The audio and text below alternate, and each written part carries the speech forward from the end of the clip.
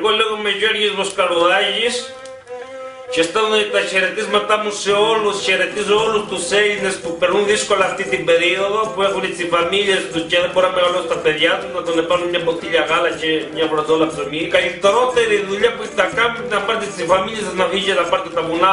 Εμείς βγάλουμε καταπληκτικά άγρια χόρτα που σου φτιάχνουν και τη διάθεση και μπορείς είτε να τα τρως είτε να τα καπνίσεις. Το κουμόσκογι που βγάλουμε που είναι καταπληκτική και σου δώνει απίστευτη ενέργεια το πρωί άμα θες.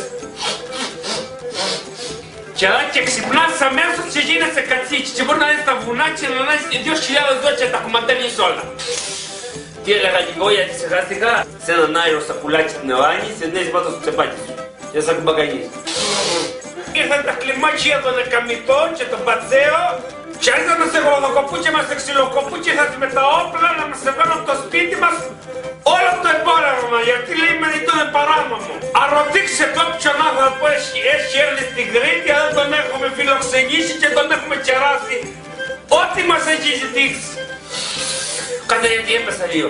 Αυτά είναι δικά μας και θα τα εκμεταλλευτούμε όπως θέλουμε και να δέχτουμε κανένα Αμερικάνο και κανένα οπλοκάτοχο να μας κάνει τέλει στην Κρήτη και να τα χρησιμοποιεί για την πάρτι του και να τα καρπούτε.